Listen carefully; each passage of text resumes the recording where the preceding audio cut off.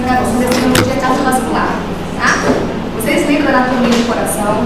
Lá na anatomia de vocês, né? Tem bastante estrutura para conhecer, tem muita coisa legal que a gente vai relembrar hoje aqui, que vocês já sabem, porque eu tenho certeza aqui que vocês sabem, não é possível, tá? Então a gente vai falar em relembrar porque a gente esquece, né? Olha só, o que é importante, o que vai ter lá no class para vocês, podem tirar foto agora para não demorar, para que eu não esqueça, já está aqui qual é o roteiro que a gente vai precisar conhecer do corpo, tá? Então a gente vai conhecer a anatomia e a fisiologia do coração.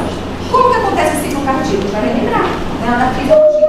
Então a gente vai conhecer as características semiológicas, a patogênese, o diagnóstico, o significado de cada um dos principais sinais e sintomas da dispneia, da dor torácica, da dor epigástrica, da síncope, né? Diferenciar síncope de desmaio, ver qual é a diferença, né? Vocês já entregaram para mim lá naquele glossário. Aderência, anemia, palpitação, edema, ascite e cianose. A gente vai relembrar novamente aqueles conhecimentos que a gente já viu, alguns lá na INU. A gente vai conhecer a sistemática da semiologia cardiovascular, conhecendo ali como é que eu faço a inspeção e a palpação do tórax, que você já aprendeu, professor Duran, né? Da região precordial, da região do pescoço e do abdômen, a ausculta da região precordial, quais são os focos de ausculta cardíaca que a gente tem, tá? Quais são os sons que eu vou ter dessa ausculta, quais são os ruídos, os sopros, os gritos, os estalidos que a gente vai ter ali com relação à ausculta cardíaca.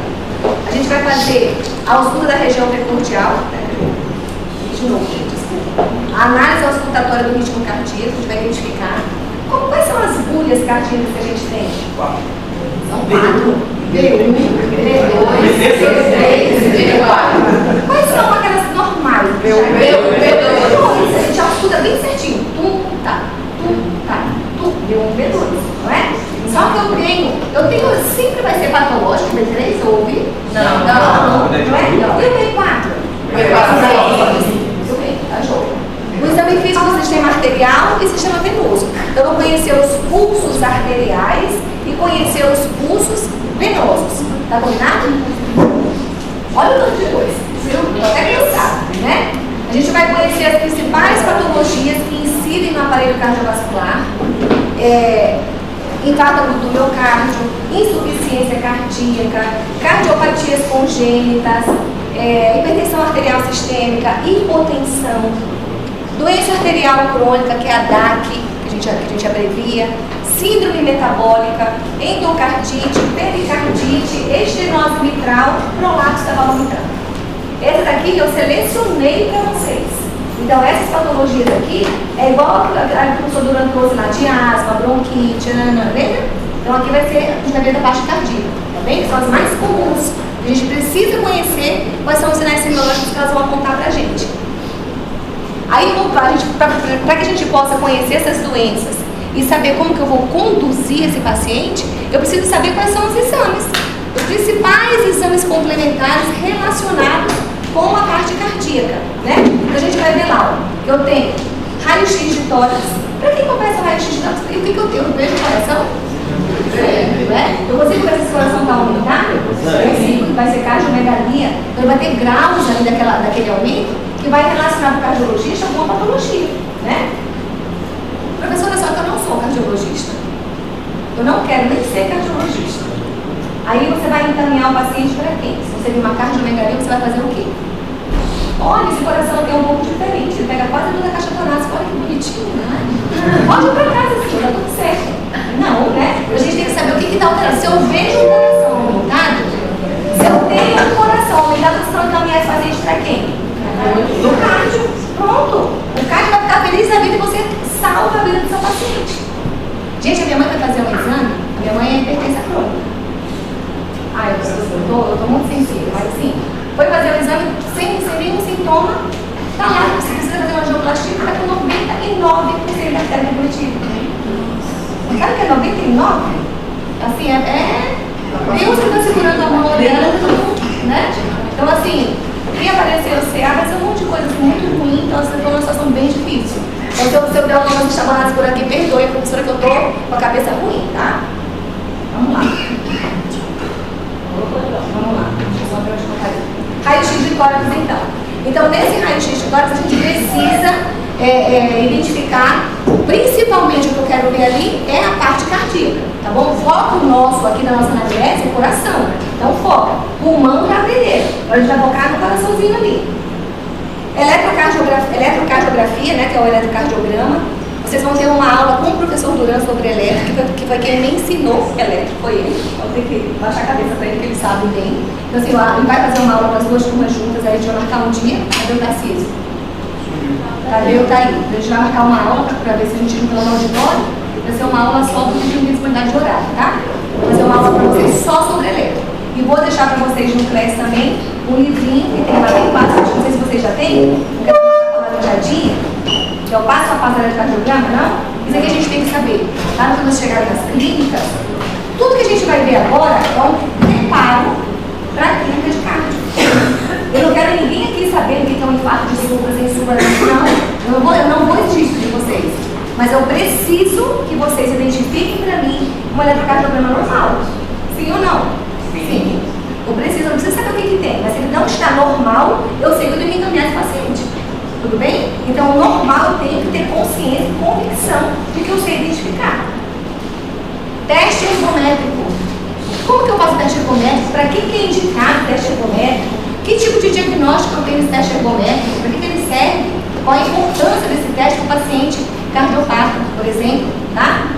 O Holter, né, que é o eletrocardiograma dinâmico, o paciente fica lá 24 horas com ele, prendendo a pressão da pressão, verificando bonitinho como que funciona, né? Para que ele serve.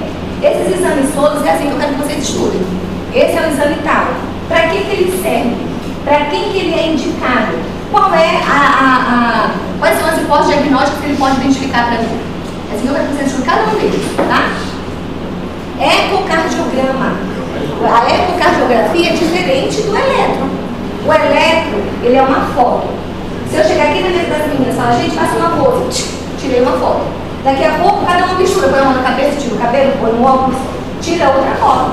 Isso é um eletro. O eletro aqui do coração que a gente faz é uma foto instantânea daquele momento daquele ciclo. Pode ter alteração depois? Pode. Por isso, quando a pessoa tem infarto, como é que a gente faz? Eletrocardiograma seriado, para verificar se está tendo piora daquele quadro. Tá bem? Para que serve o eco? Precisa estudar para falar. Para que serve? Qual que é a diferença do ecocardiograma para o eletrocardiograma?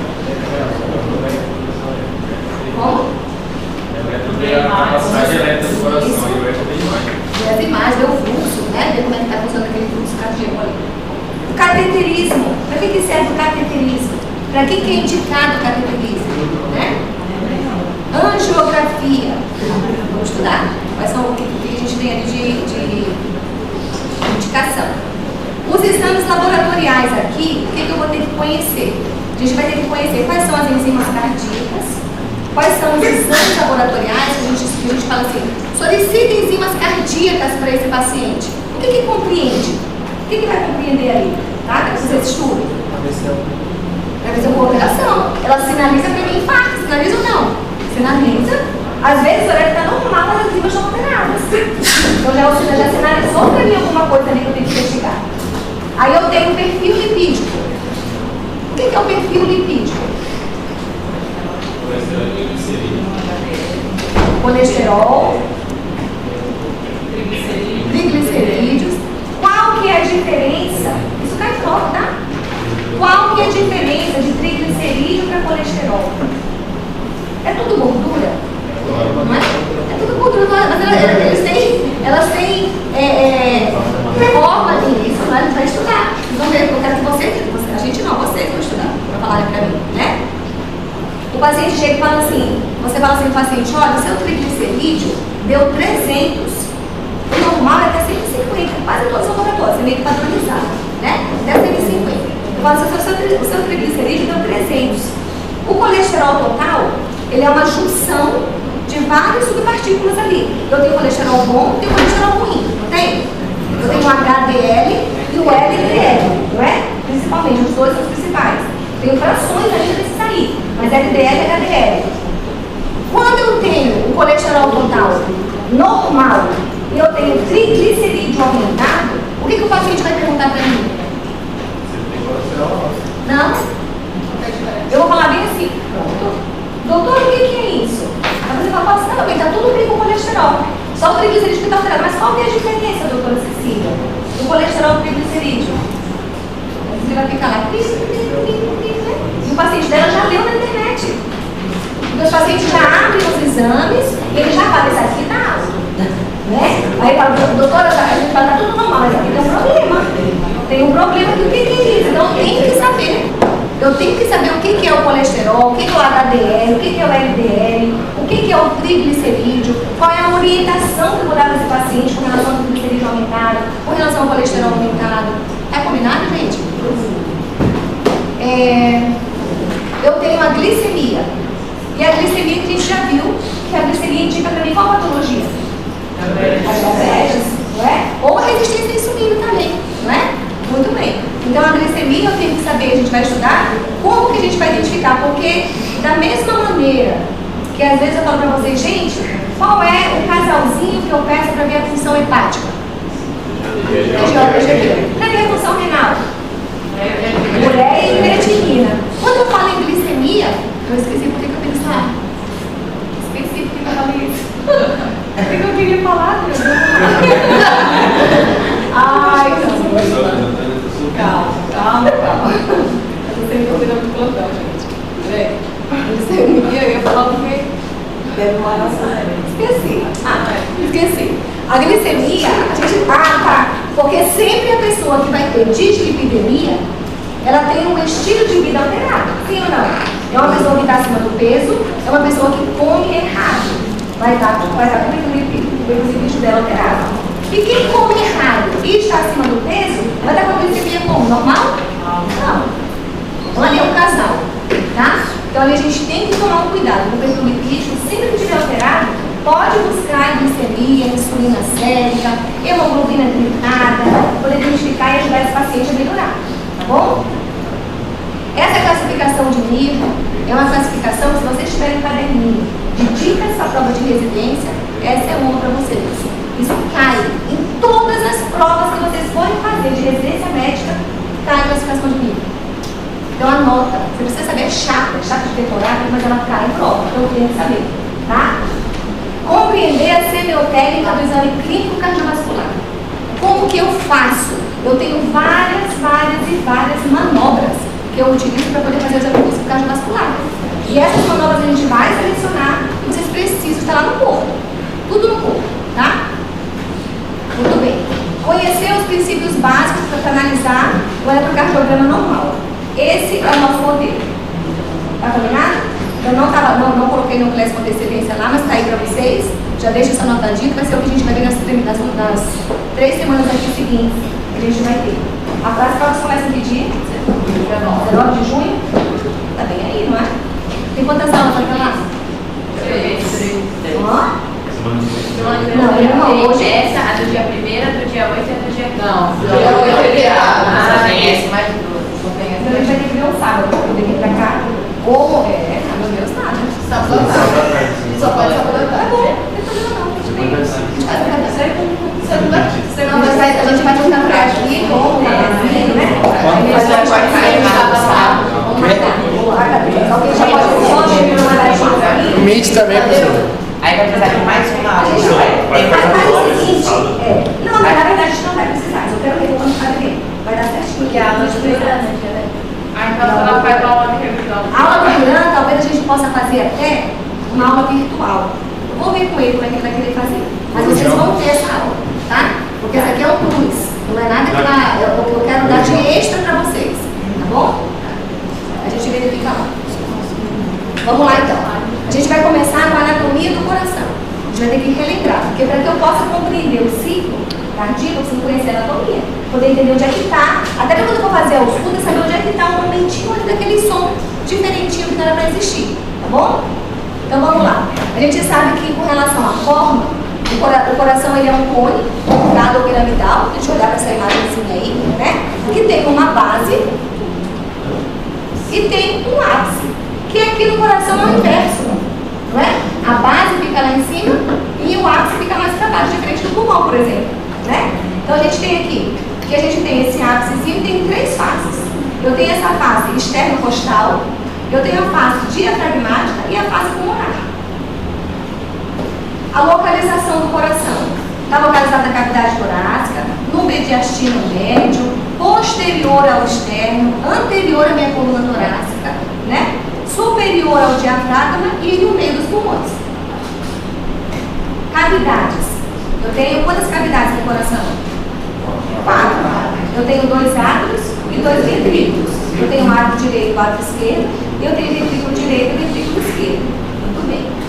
E eu tenho, intermediando ali, interceptando essas 4 cavidades, os septos, não é? Então eu tenho aqui o septo interatrial e interventricular. E o septo átrio-ventricular. As válvulas do coração. Lembram delas? Todo mundo? Então vai ser mais rapidinho aqui. Eu tenho a válvula tricúspide, a válvula pulmonar, eu tenho a válvula mitral e a válvula aórtica. E qual que é a função de cada uma delas? Quem quer explicar para mim? O senhor também mandou o roteiro? Elas que vão controlar a passagem de sangue do ventrículo, do átrio e dos grandes vasos. Quando eu tenho sopros, por exemplo, quando eu tenho sons anormais, o que está acontecendo? Às vezes eu deixo essa válvula, quando ela vai fazer o fechamento dela, ela não fecha totalmente. E aí eu tenho o refluxo. Aquele sangue tem aquele a gente faz quando não escuta, né? Muito bem, ó. A válvula tricúspide ela vai regular o fluxo do sangue entre o átrio direito e o ventrículo direito. A válvula pulmonar ela se abre para permitir ao sangue fluir do ventrículo direito para os pulmões. A válvula mitral regula o fluxo do sangue entre o átrio esquerdo e o ventrículo esquerdo.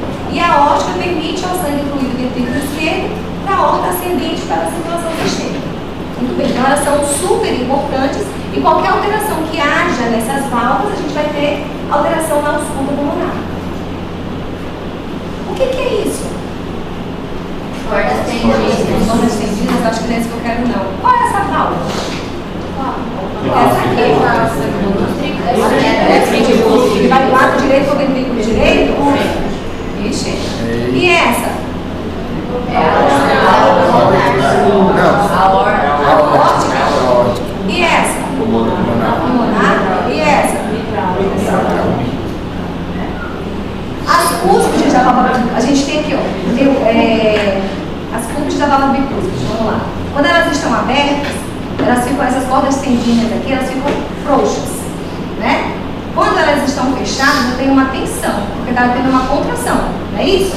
Elas vão se fechar. Então essas cordas tendinhas, que vocês já lembraram também lá daquela imagem, são estruturas que vão fazer a ancoração. Elas ancoram as cúspides das válvulas do coração à superfície interna dos ventrículos. Elas fazem aquela puxa com traços, né? Aí a gente vai para as artérias agora. Agora eu tenho que lembrar essa partezinha aqui. Eu tenho a artéria coronária direita e eu tenho a artéria coronária esquerda. Olha só. Aqui eu tenho a aorta, né? O que é isso daqui?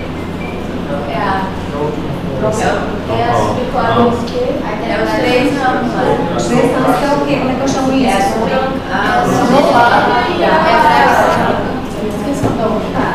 Vamos para cá.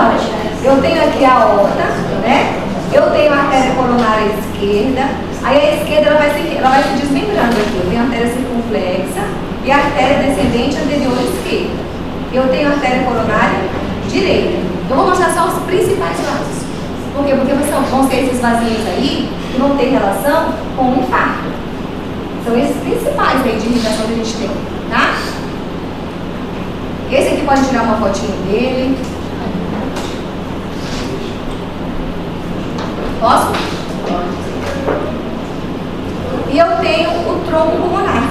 Eu vou ter a artéria pulmonar direita, eu vou ter a artéria pulmonar que vai subir por cá, e a artéria pulmonar direita e a artéria pulmonar esquerda, né? E eu tenho as camadas que envolvem o coração. E cada camadinha dessa tem uma importância, porque se tiver alguma coisa que não é para estar no meio delas, vai ter um barulho diferente. Vai me permitir ouvir um som diferente, vai ter um som anormal daquela escuta. Então eu tenho aqui que o coração, ele tem 2 membranas, né? São 2 camadinhas que vão se envolver e proteger o coração. Quais são elas?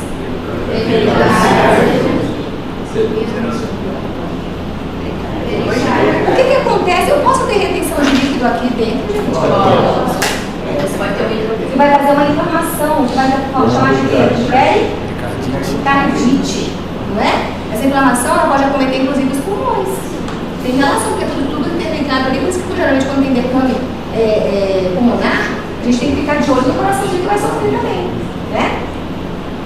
Então eu tenho os envoltórios do coração aqui. Eu vou ter o epicárdio, o miocárdio e o endocárdio. Endo é mais interno, não já lembra, né? E o peri é mais externo. E o meio tem o músculo cardíaco, né? O miocárdio, então, é chamado de músculo cardíaco responsável pelas contrações do coração. Por isso que a gente fala que houve um infarto agudo do miocárdio.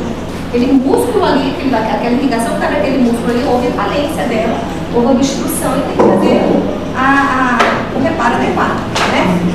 Então, só relembrando aqui de novo, ó, aorta, veia cava superior, veia cava inferior, átrio direito, ventrículo direito, átrio esquerdo, ventrículo esquerdo. As artérias pulmonares aqui, ó, né? O que mais tem? O tronco pulmonar. De novo, lembrando o coração na região anterior e na região posterior, só para vocês guardarem essa imagem, para vocês estudarem. Posso passar? Pode. De novo. Não é que está todinho aqui, né? Posso? Vamos treinar então, já que você já sabe? Vamos lá. O que é o número 1? Artéria coronária direita. Número 2. Muito bem. Quem falou? Obrigada. Muito bem. Número 3. Circunflexa. Número 4. Número 5. Cava interior. Número 6.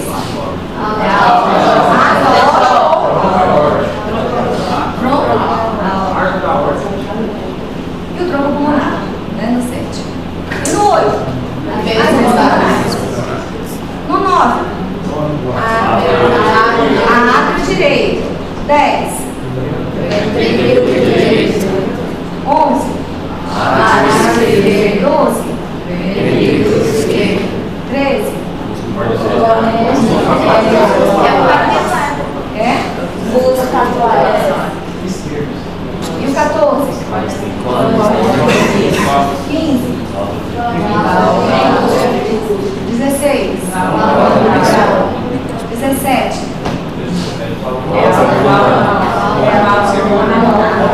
18? Não tem? Não tem, né? Gente, olha só. Eu tenho um músculo papilar e eu tenho os músculos pequitinhos.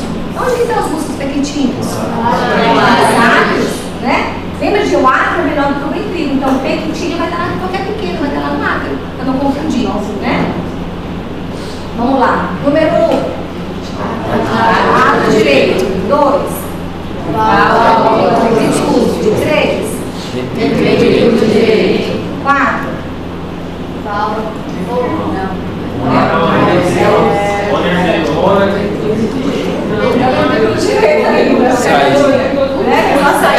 Essa é a pegadinha, não faria nunca isso. Vai, 5. 6.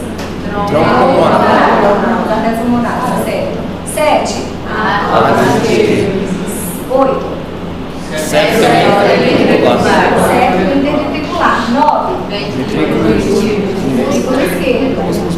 10. Válvula mitral.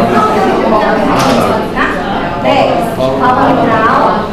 Tem mais? 11. Muito bem. Joia. Agora, eu quero que vocês, aí na mesinha de vocês, no grupo, eu quero que vocês estudem para mim o ciclo cardíaco. Dá 15 minutos, tá? Eu quero que vocês, lembrando, eu vou relembrar o ciclo cardíaco, como que funciona. E eu vou pedir para alguém explicar para mim. Eu acho que 15 minutos é suficiente, porque vocês já lembram da fisiologia. Só vamos só dar uma relembrada. A avaliação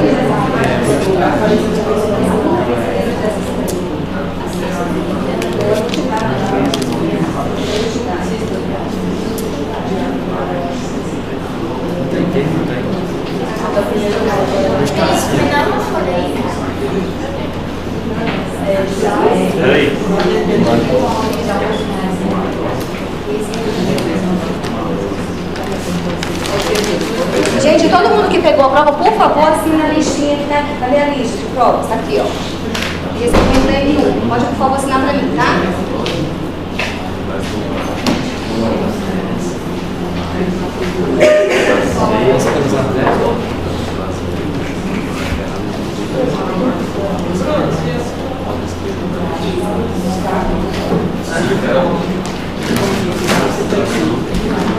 Essa é uma lista pra mim.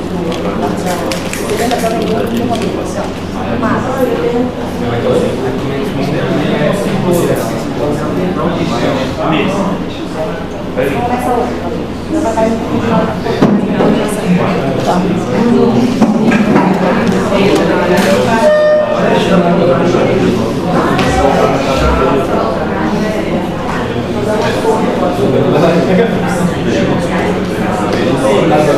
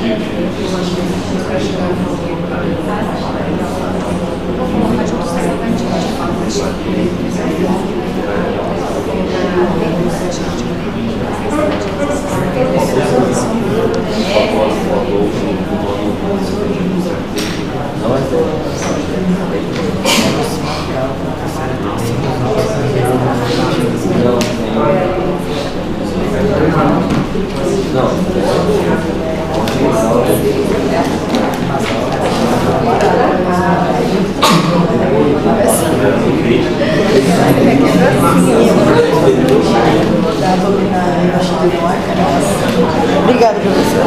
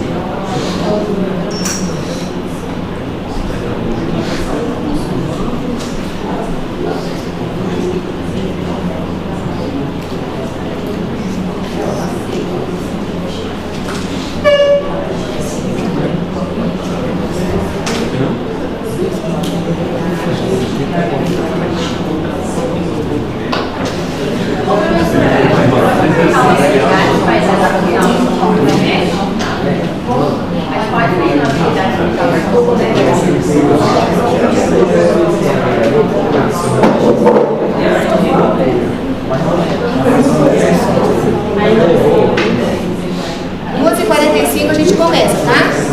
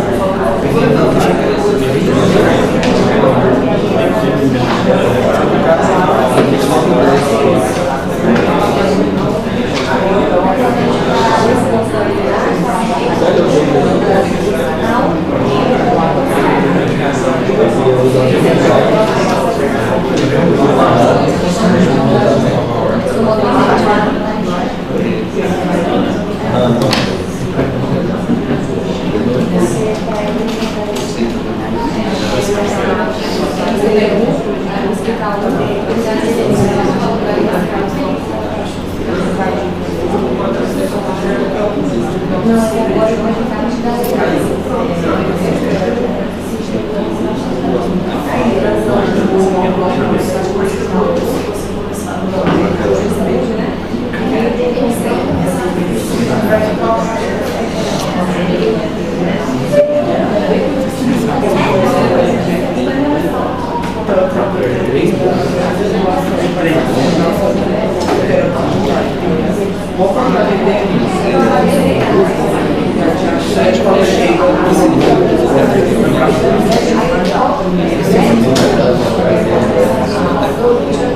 Eu também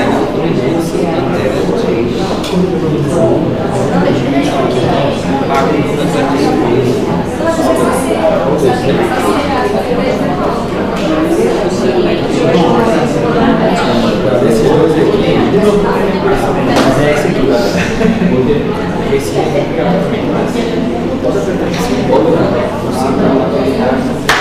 eu sou mais doido.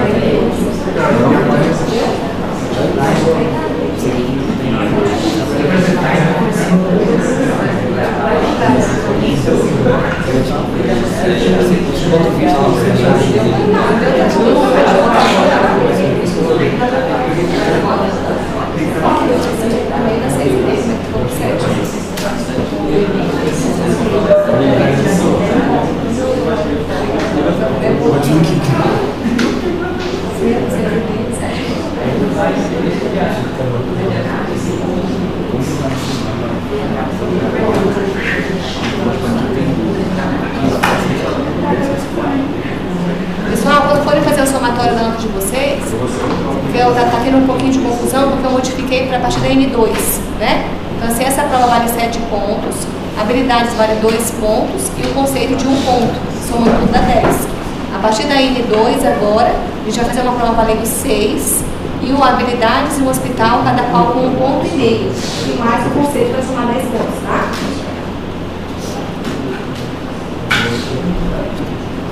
Como é que faz conta da matéria, da habilidade? Bom? Como vai ser avaliada essa conta da habilidade da prática? Principalmente pela presença e pela participação na aula. O professor vai fazer. Tem avaliação da habilidade. Se tem uma prova, o professor vai conversar com você já quanto que vai valer. Você pode perguntar para cada professor, ele vai disponibilizar qual é o critério que ele vai utilizar, tá?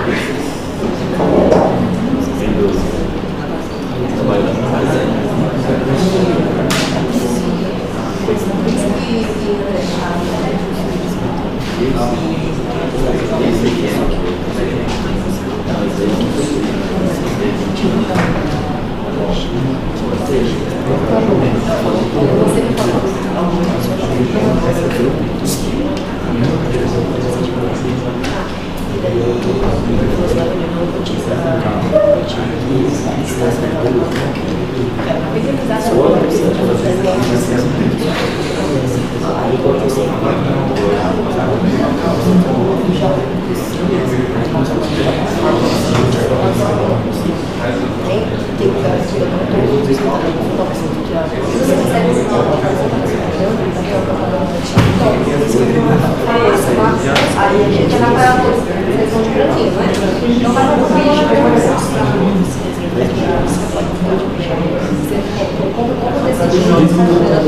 Então, aí, a umidade é possível, só que o ar sai semana que vem, já daí eu descobri mais, aí eu vou pedir para ele, só que algumas eu tenho já. Tirar uma só obrigada.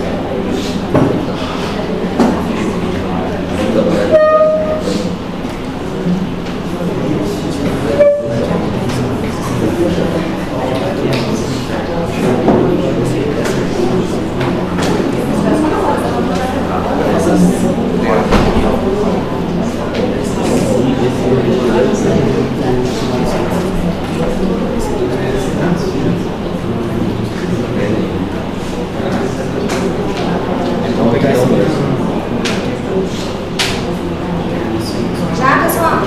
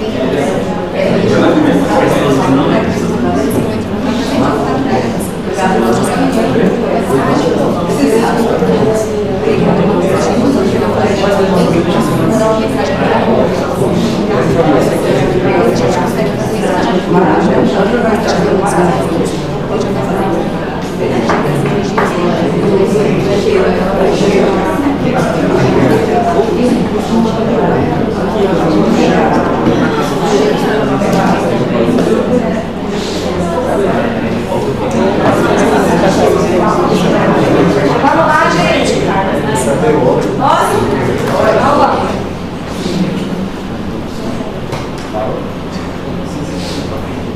Vamos lá. Ciclo cardíaco, então. Quem que se prontifica a falar para mim? Alguém? Alguém quer explicar? Vamos lá. Eu vou deixar uma cola. Vamos. Eu escrevi assim, que o sangue, ele vai chegar pela veia cava, o sangue desoxigenado, pela veia cava, no átrio direito. Do átrio direito, através da válvula tricúspide, ele passa para o ventrículo direito.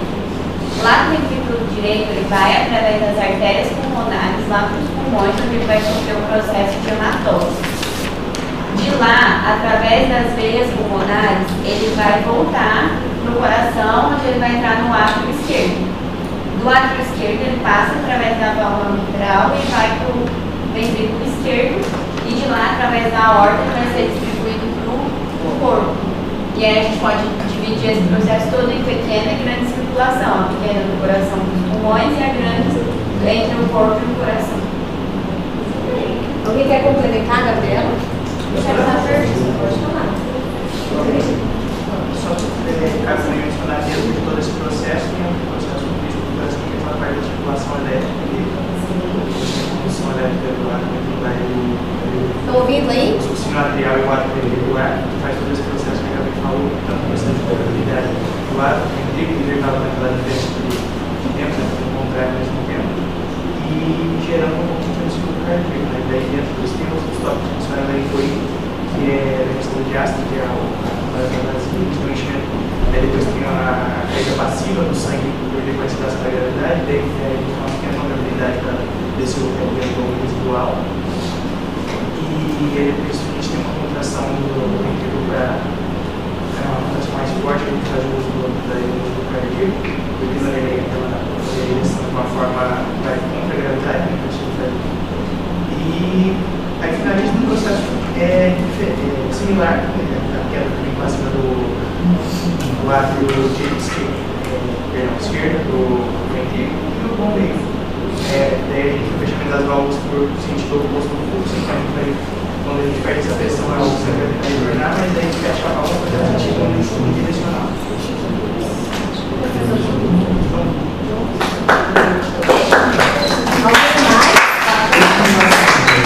Professora, só para ilustrar o caminho. Só para ilustrar o caminho do que o João estava falando, né? Quanto mais a gente escuta, mais a gente aprende. Pode falar, quem quiser falar, vai falar. O João falou como acontece, eu vou falar um pouquinho do caminho, né? Primeiro o estímulo elétrico ele chega ali no nosso sinusal, depois vai para o nosso sinatrial, corre pelos feixes de His, depois percorre a fibra de Purkinje. Também, olha aí que legal, tá vendo? Vai fazer. Muito bem. Vai ter palma, não. Vai ter palma, quem mais? Ricardo, cabesiologista aí. Vamos lá.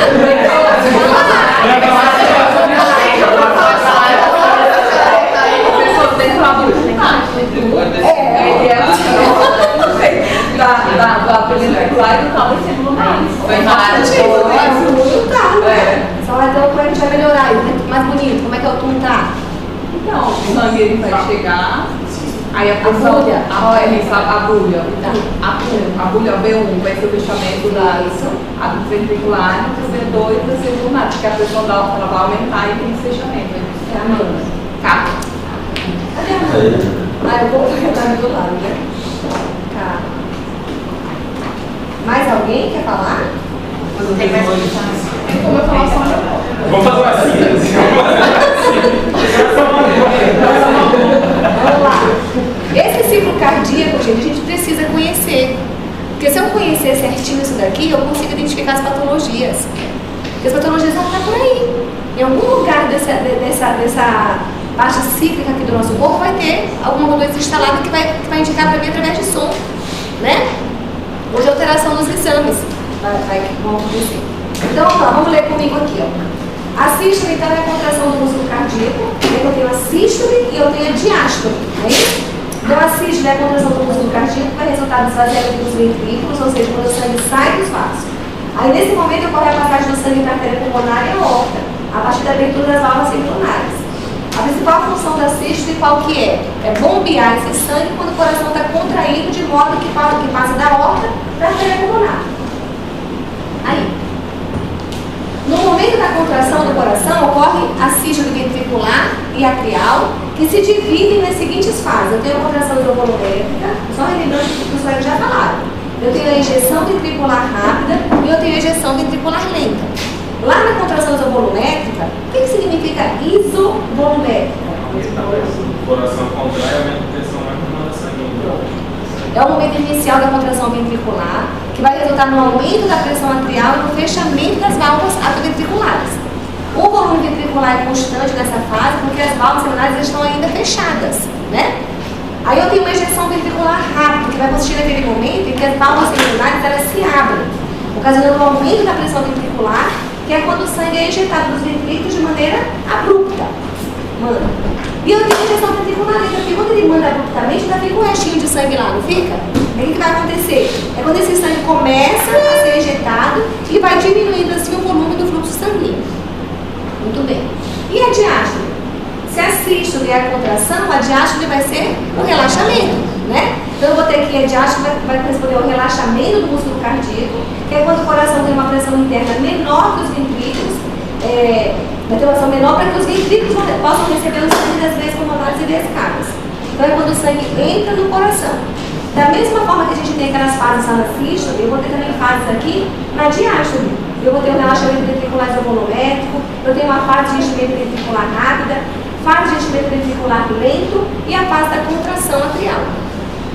Nessa fase do relaxamento ventricular isovolumétrico, é o momento inicial, onde eu vou ter o fechamento das válvulas cerebulares e que se estendem até a abertura das válvulas atrioventriculares. Quando eu tenho esse enchimento ventricular rápido, ele acontece quando eu tenho a drenagem do sangue pelas câmaras ventriculares, e aí vai ser nessa fase que o sangue que estava lá represado nos átrios chega de forma muito rápida para os ventrículos. Quando a gente tem essa fase mais rápida, eu vou ter uma fase que na sequência vai ser mais lentificada, né? E aí é o momento em que essa velocidade de enchimento diminui, aumentando assim a pressão dos ventrículos. E aí eu tenho a fase da contração atrial, que eu vou ter um reforço no enchimento ventricular, fazendo com que o volume dos ventrículos aumente aproximadamente 25% ali e eleve a pressão diastólica, para a gente poder ter essa situação. Muito bem. Ciclo cardíaco precisa ser lido, relido e relido. Na dúvida, volta. Vai ser igualzinho o ciclo menstrual na próxima unidade que a gente vai ter. O ciclo menstrual, até hoje, eu aprendo quando eu leio. Então, vocês imaginem que eu já estou há quase uma década só vendo isso, né? E cada vez que eu leio, eu entendo uma coisa. Quando a paciente vem, professora, doutora, eu estou com amenorreia, por isso, eu vou lá. É bem aqui nessa fase do ciclo perinatal do problema. Tá entendendo? Então, a mesma coisa aqui. Quem ia perguntar? Se você vai perguntar na prova sobre o ciclo cardíaco, vai ter que colocar todos esses padrões?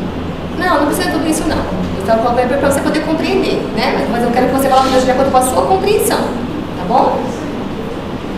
Índice cardiotorácico. O que é o índice cardiotorácico? Para que serve, será, hein, gente? Para ver o tamanho do coração, muito bem. Olha aqui. Uma radiografia de tórax normal, né? O índice cardiotorácico ele vai ser obtido pela relação entre o diâmetro transverso do coração e o diâmetro transverso do tórax ao nível da cúpula diafragmática direita. Esse diâmetro transverso do coração ele foi calculado pela soma do maior segmento urtinário cardíaco à direita do eixo central e do maior segmento urtinário cardíaco à esquerda do eixo central. O eixo central está aqui, ó.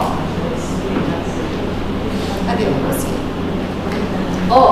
Aqui eu tenho o eixo central. Passa bem na minha região external, não é? Aqui.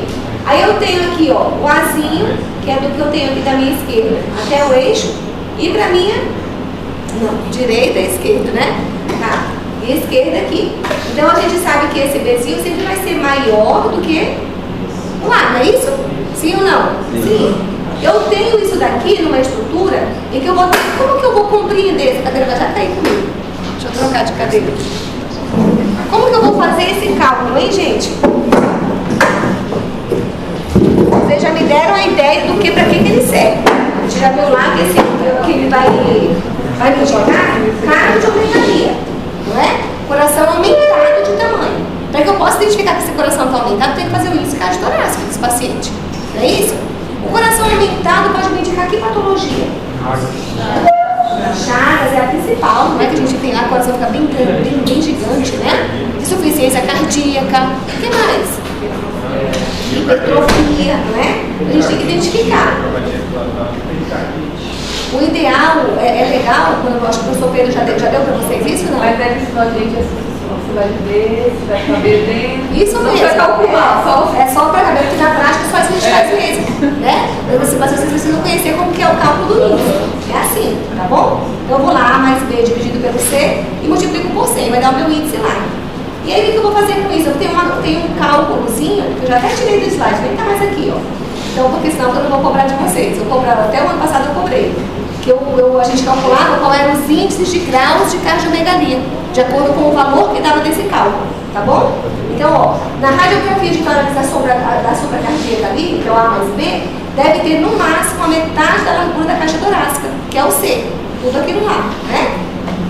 Quando eu tenho esse A mais B maior que 50%, isso daqui seja maior do que 50% dessa caixa, é sugestivo para mim de cardiomegalia, tá bom? Visualmente, só de a gente olhar, a gente já vê como o coração está aumentado, tá bom? Então assim, né, eu não vou cobrar de vocês também não, tá? Se vocês só mostrarem também como sabe calcular, já seguro para satisfeito, tá bom? Joia. Cor da pele. O que eu tenho de alteração de cor da pele quando eu penso em doença cardíaca? Cianose, muito bem. E a cianose pode ser de que forma? Central e periférica. Clinicamente, como que se manifesta uma cianose central? As mucosas ficam arroxeadas, não é? O que mais? Pele oral, muito bem. O que mais? Falta de oxigênio. Muito bem. Então, para o paciente poder obter melhor, o que eu faço para ele? Oferta oxigênio, ele vai melhorar. E o paciente que tem cianose periférica? Pode ser pelo frio, não é? O que mais? E o que o paciente vai mostrar para mim? Assim, eu vou olhar para ele, esse paciente está com cianose, mas é uma cianose periférica. Para onde que eu vou olhar? Para a periferia, não é? Para os dedos, não é isso? Então, nos dedinhos aqui vai ter cianose ungueal, tanto nas mãos quanto nos pés. É isso? Tá joia. Eu ofertar oxigênio para ele resolve? Não resolve, né? A gente oferta no hospital por quê? Porque o médico é acostumado já. Cianose é com oxigênio. Então a gente oferta. Mal não vai fazer. Mas eu não vou colocar lá porque não é o que o paciente, ele não vai melhorar. Se eu ofertar oxigênio para ele, na cianose periférica. Não vai ter melhora nenhuma. Eu tenho que fazer aquecimento. Eu tenho que proporcionar para ele calor, para que ele possa ficar bem. Tá joia? Muito bem. Então, olha só. A cianose significa coloração do lado da testa, que a gente já viu. Vou relembrar bem rápido, mais rápido do que eu já falo, hein? Olha lá. A cianose significa coloração aos lados da pele, das mucosas, em razão do aumento da hemoglobina reduzida no sangue capilar, que chega lá até 5 gramas por 100 ml, quando o normal é de 2,6 por 100 ml. Observa como já está alterado, né? Ela é um importante sinal de enfermidade cardíaca, principalmente na infância. Quais são as patologias que a gente estudou? Que lá na infância é uma das principais, mais comuns que a gente tem. Então, o bebezinho já nasce com cianose. Qual? Tetralogia, a gente falou. Muito bem. Então, essa é uma doença que vocês precisam estudar. Anota aí na caderno, que pode cair na prova, né? Tetralogia, a gente falou. Alote, escreve. O grau da cianose e a coloração cianótica podem ser variáveis, né? Em alguns enfermos, a coloração da mucosa é ligeiramente azulada, sem mudança na cor da pele. Nos outros, a cor do documento pode variar de azul claro até um lilás, mas intenso, uma cor bem feia, paciente estranho. E na cianose grave, as mucosas estão quase enegrecidas. Fica lá roxeado, aquele roxo bem forte, tá? Os pacientes cianóticos apresentam outros sintomas em razão de anose tecidual, como irritabilidade, sonolência, torpor, crises convulsivas, dor anginosa, aquela dor no peito, né? Hipocratismo digital. O que é isso, gente? Hipocratismo digital. É quando o dedo muda chamado relógio? Tudo bem. né? O leito ungueal fica altificado. Eu criei essa palavra agora, hein? Não existe não, tá? Essa foi você. Isso, você não tem a... Você deixa de TPAC também, né? Também, tipo de você, né? A gente vai já estudar. Como é que chama? É bacteriamento. Bacteriamento digital. Mas tem vidros de relógio. Senão não consigo prosseguir.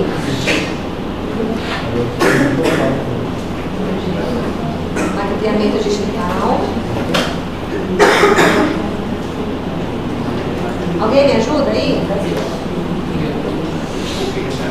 Eu quero saber que tem lá em vidros de relógio. E o cérebro está me mostrando que tem.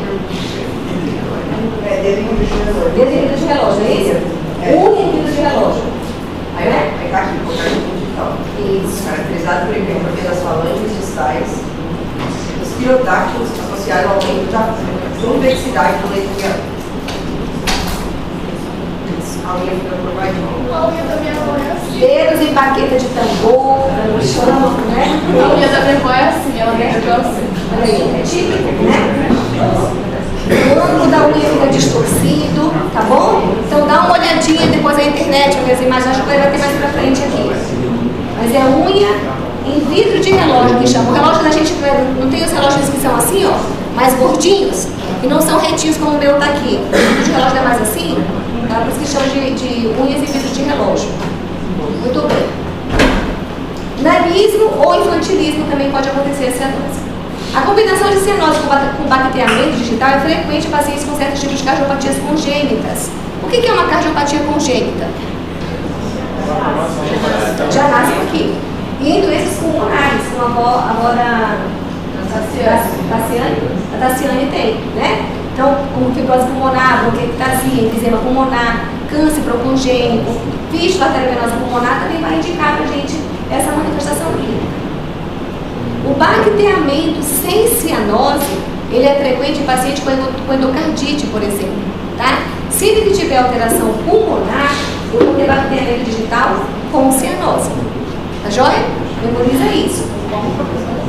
Quando eu tenho alteração pulmonar, patologias pulmonares, eu vou ter o bacteamento com a cianose. Tá? Quando eu tenho só alteração cardíaca, só cardiopatia isolada, geralmente eu tenho bacteamento, mas eu não vou ter cianose especificamente, tá? Desculpa, sobre isso, bactéria sem cianose. Há 4 tipos de cianose, gente. Eu tenho a cianose central, a cianose periférica, a cianose mista, que é a periférica com a central, e eu tenho ainda aquelas por alteração da hemoglobina. Isso aqui a gente já fez até seminário, não foi? Lembra? Foi seminário que a gente fez? Não, eu falei pra vocês, já foi? Tá. Então a gente tem esses 4 tipos que vocês já viram. Eu não vou repetir de novo, não. Precisa? Não. Então tá bom. Então cianose central vocês já sabem como é que a gente vai tratar, né? Já sabem quais são os transtornos que ela causa. A cianose periférica, a gente também já sabe. Acho que até a mesma slide. A cianose por transtornos vasomotores, que vai ter naquela doença de Raynaud, lembram dela? Lembra dessa doença, hein? A mista, que é quando eu tenho um conjunto ali, tanto da cianose central quanto da cianose periférica. Lembrar que tem esse teste da água quente, da água morna, né? E quando eu faço a elevação do meio cianótico, pode desaparecer essa cianose periférica. Então, perder o calor naquela região, tá bom? E por alteração da hemoglobina. E aí, que icterícia, gente? Eu tenho patologia cardíaca que vai desenvolver icterícia? Sim ou não? O paciente que é cardiopata, ele tem uma coisinha bonitinha? Não tem, né, gente? Então, essa insuficiência cardíaca direita moderada ou grave, ela apresenta a pressão, ela aumenta a pressão venosa central, que é transmitida para o fígado pela via cava inferior e pelas vias hepáticas. A congestão crônica provoca atrofia de hepatócitos, distensão sinusoidal e fibrose circulocular, que vai, quando ela é muito intensa, pode produzir cirrose. A gente chama de cirrose cardíaca. O coração que está alteradinho vai lá e causa esse processo fisiopatológico lá no fígado. E aí a base para a celular hepática provavelmente é trombose sinusoidal, que se propaga para as veias centrais depois da veia porta, causando essa isquemia. E aí o que vai acontecer? A maioria dos pacientes que tem essa icterícia, ela vai ter assintomática. Vai ser só a icterícia que eu vou observar no paciente, tá? Quando eu tenho essa congestão moderada, que vai causar um desconforto no quadrante superior direito, aquela dorzinha lá, que essa dor advém da extensão da cápsula do fígado, né? E eu vou ter uma hepatomegalia, quando ela faz a palpação, eu percebo que está aumentado aquele fígado e o paciente vai referir dor para mim, tá? O que mais? Então a congestão grave ela causa hepatomegalia maciça e icterícia. A ascite, quando nem pode resultar da transmissão da hipertensão venosa central, infrequentemente resultando ali em esplenomegalia.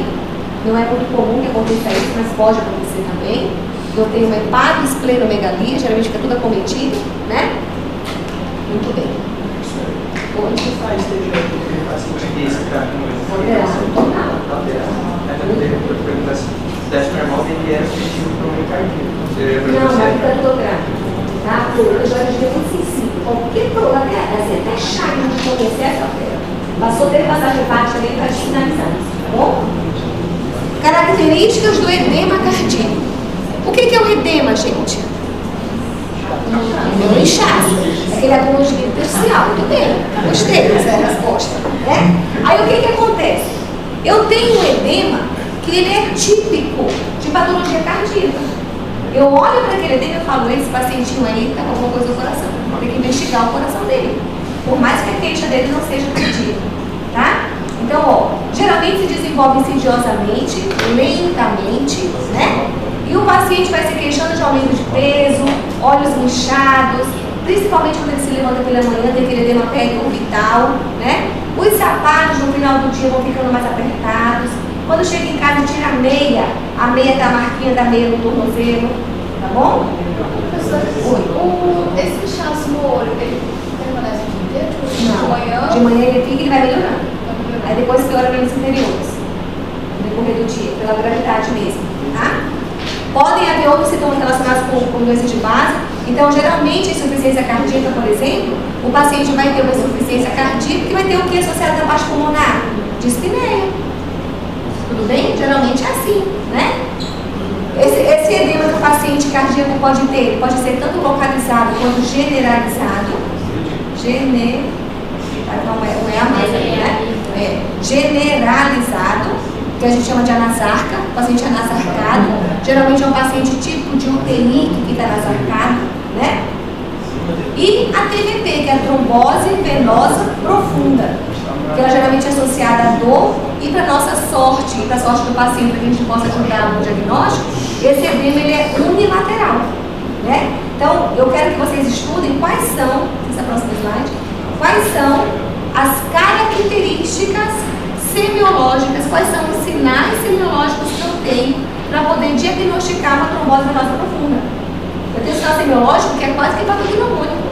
Eu vou lá, faço, o paciente dá positivo, eu tenho que pedir uma ultrassom com Doppler para ver como é que está, onde que está a obstrução, que eu sei que já tem.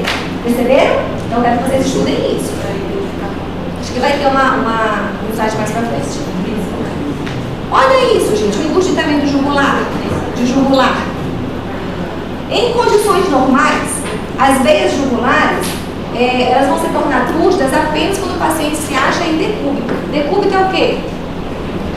Eu estou em posição o quê? Ortostática. Se eu estiver deitado, eu estou em decúbito, né? Eu tenho decúbito lateral, decúbito ventral, dorsal e tal. Muito bem. Quando o paciente está deitado, é normal que ela fique túrgida, tá? Em posição semi-sentada, e mais ainda quando ele se põe de pé ou sentado, essas veias jugulares elas colagam. E aí fica visível apenas o pulso venoso na raiz do pescoço. Quando a gente olha a pulsação, você vê uma pulsaçãozinha, né, aqui no pescoço, mas você não vê como está essa mulher aqui, ó. Tá vendo aqui? Todo mundo? Lá no quadro. Tá? O fato de ela estar aqui com essa cabeça ereta aqui, conseguindo uma posição que sugestiona pra gente que ela esteja sentada ou em pé ali, sentada mais, que tem uma coisa atrás ali, mostraria pra gente que ela deveria estar como? Sem essa turgência. Olha a outra aqui de baixo. Ó. Bom? As pulsações na base do pescoço são chamadas de pulso venoso. Pulso venoso aqui da base do pescoço. O engurgitamento é percebido quando as veias jugulares elas permanecem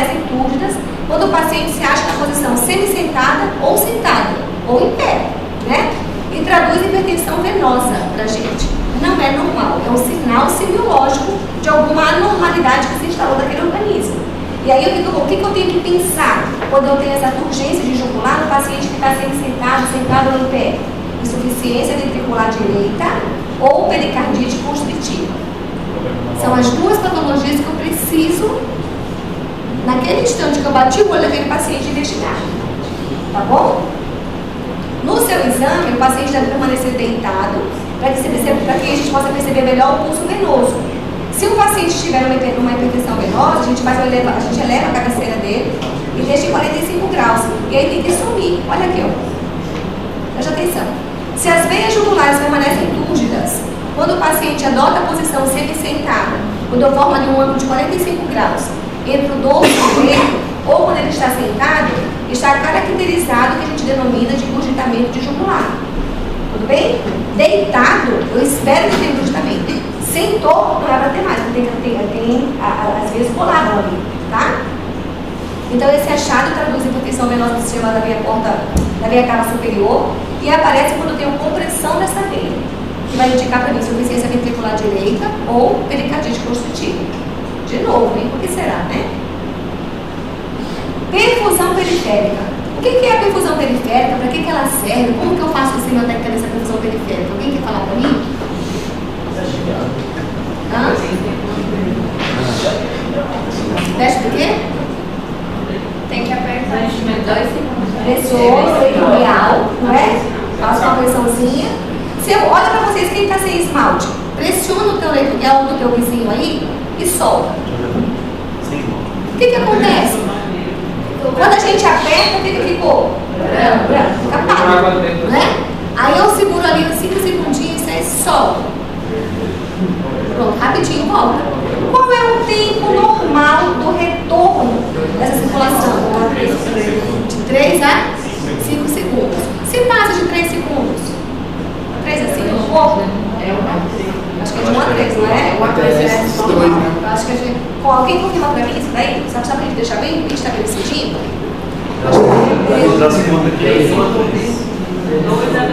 2 a 3, não é? Pronto. Se passa de 3 segundos, eu vou ter uma perfusão periférica lentificada.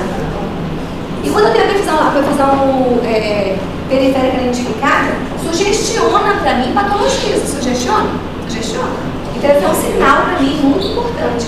Especialmente para que tipo de paciente? Choque. Tudo bem? Quem falou? Ricardo. Cadê a Mariana? Vou falar Mariana. Cadê a Mariana? Eu não confundi mais. Mariana aqui. Mariana, cadê a outra? Mariana, pronto. Então, eu estou no rumo aqui, ó. Tá?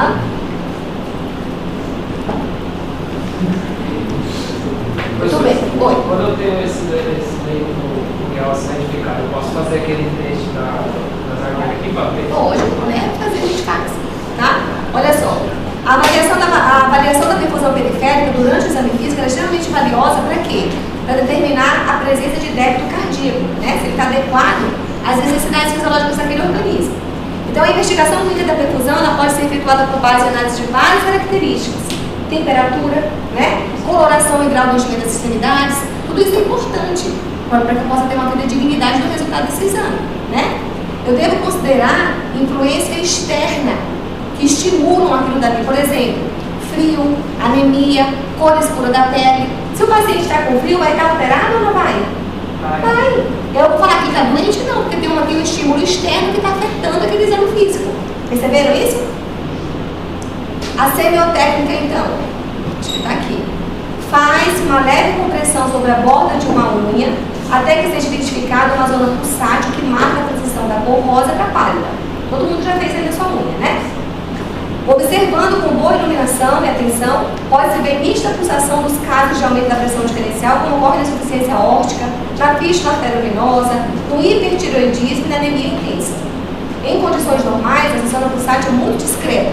Às vezes a gente nem percebe, tá bom? Então a gente tem que observar com bastante cautela, com bastante cuidado e tirando qualquer fator externo, qualquer estímulo externo que possa afetar esse exame. A compressão do leito vascular distal ele pode sensibilizar a percepção da alteração da coloração. Então, esse enchimento do leito ungueal, desse leito vascular, ele é avaliado com a compressão da polpa de um ou mais dígitos, o que ocasiona o esvaziamento da microvasculatura daquela região. Com a liberação da compressão, o leito ungueal se torna esbranquiçado e vai gradativamente adquirir aquela coloração mais rosadinha, né? Que a gente vê como normal. O enchimento normal, daqui esse já é muito importante, ó. Esse enchimento normal que a gente considera é de 2 a 3 segundos. Acima de 3 segundos, eu vou ter que essa perfusão está lentificada, então ela está diminuída. E aí, para mim, qual é a principal alteração que o paciente pode ter, a alteração patológica que esse paciente possa ter, que é um choque.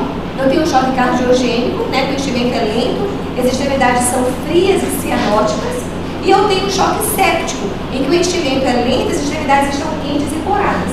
É diferente. Então, os analistas primeiro poder diferenciar um tipo de choque do outro, tá bom? Então, todo paciente que chegar na avaliação, que ele esteja em choque, a avaliação da perfusão periférica ela é essencial, tá bem? Sinal de Kussmann 1. O que é esse aqui? Você estava durando, não foi? É o crítico respiratório, né? Muito bem. Esse fenômeno consiste na visualização do aumento paradoxal do pulso venoso jugular durante a inspiração. Isso aqui vocês vão aprender, gente, lá no Habilidades, tá bom? Lá no hospital também, se tiver algum paciente que vocês possam fazer, os meninos têm esses pontos que tem que ser trabalhados com vocês. Contrariamente ao evento fisiológico normal, no qual a pressão venosa jugular cai com a inspiração. Aqui vai ter um fenômeno que vai ser o inverso, né?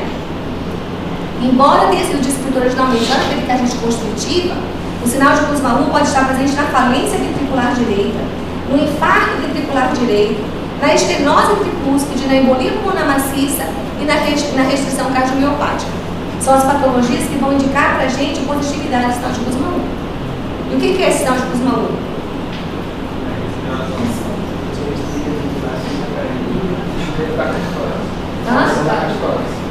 Enchimento da caixa torácica? Expansão? E o que vai acontecer nessa expansão? Vai ser usando o aluno, você coloca a mão atrás, e aí vai ser.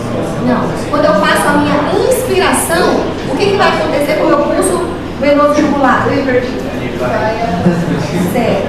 E aí, quando eu tenho aqui, ó, quando eu tenho contrariamente, quando eu tenho o evento fisiológico normal, quando a pressão jugular venosa cai com a inspiração, eu vou ter a positividade do sinal de Kussmann 1, tá? Isso aqui a gente vai estudar de novo. Pulsos. Isso aqui caiu na prova, que alguém aqui ficava, professora, tira esses pulsos. Tira esses pulsos. Tira esses pulsos, sai de novo, tá? E vai cair de novo, tá bom? Então a gente tem lá, ó, pulso alternante, pulso paradoxal, pulso parvicitados, pulso em martelo d'água, pulso de córrega.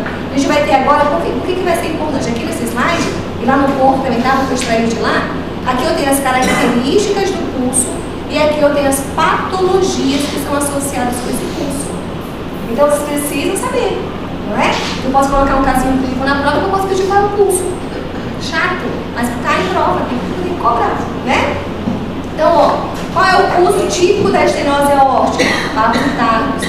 Qual é o pulso típico da insuficiência aórtica? Martelo d'água, né? Aí qual é o pulso, qual é a patologia que eu tenho lá no tamponamento cardíaco? Qual é o pulso que eu vou ter no paciente que está com tamponamento cardíaco? Pulso paradoxal. Qual é a característica do pulso paradoxal? Vocês vão explicar para mim, tá bom? Então aqui é teórico. Eu não vou ficar lendo com vocês, a gente não perder mais tempo. Mas dá uma lidinha lá, que vai cair esses pulsinhos para vocês. Aí eu tenho o pulso bisféris, o pulso bífido e o pulso dicrótico. Chega de pulso?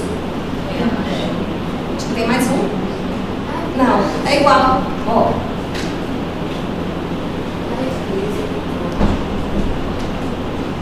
Posso? Aqui é a mesma coisa, aqui é outra explicaçãozinha.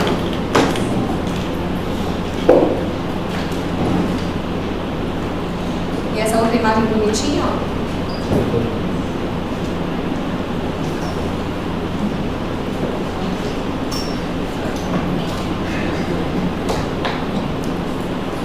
Repetindo, gente. Muito bem. Aí a gente chega, vocês querem fazer intervalo? São 3h20. Querem? 3h30? Vamos direto? Não, não precisa intervalo não. Né? Vamos. Focos de ausculta cardíaca. Agora chegou na parte boa. na parte que todo mundo gosta, né? Vamos ver. Foco de ausculta cardíaca. Eu tenho, Ana Paula tem mamãe, não é? Então olha lá, aórtico, pulmonar, tricúspide e mitral. Entre o pulmonar e o tricúspide eu tenho o aórtico acessório, quase que na linha mamilar, né? A gente não pode ter isso como referência porque tem mulher que tem mamilo bem aqui, não é? A gente não pode ter isso aqui, mas geralmente no homem a gente consegue ter essa linha mamilar mais preservada do que na mulher. A mulher a gente amamenta e o peito cai, né? Então a gente não tem essa sorte que os meninos têm.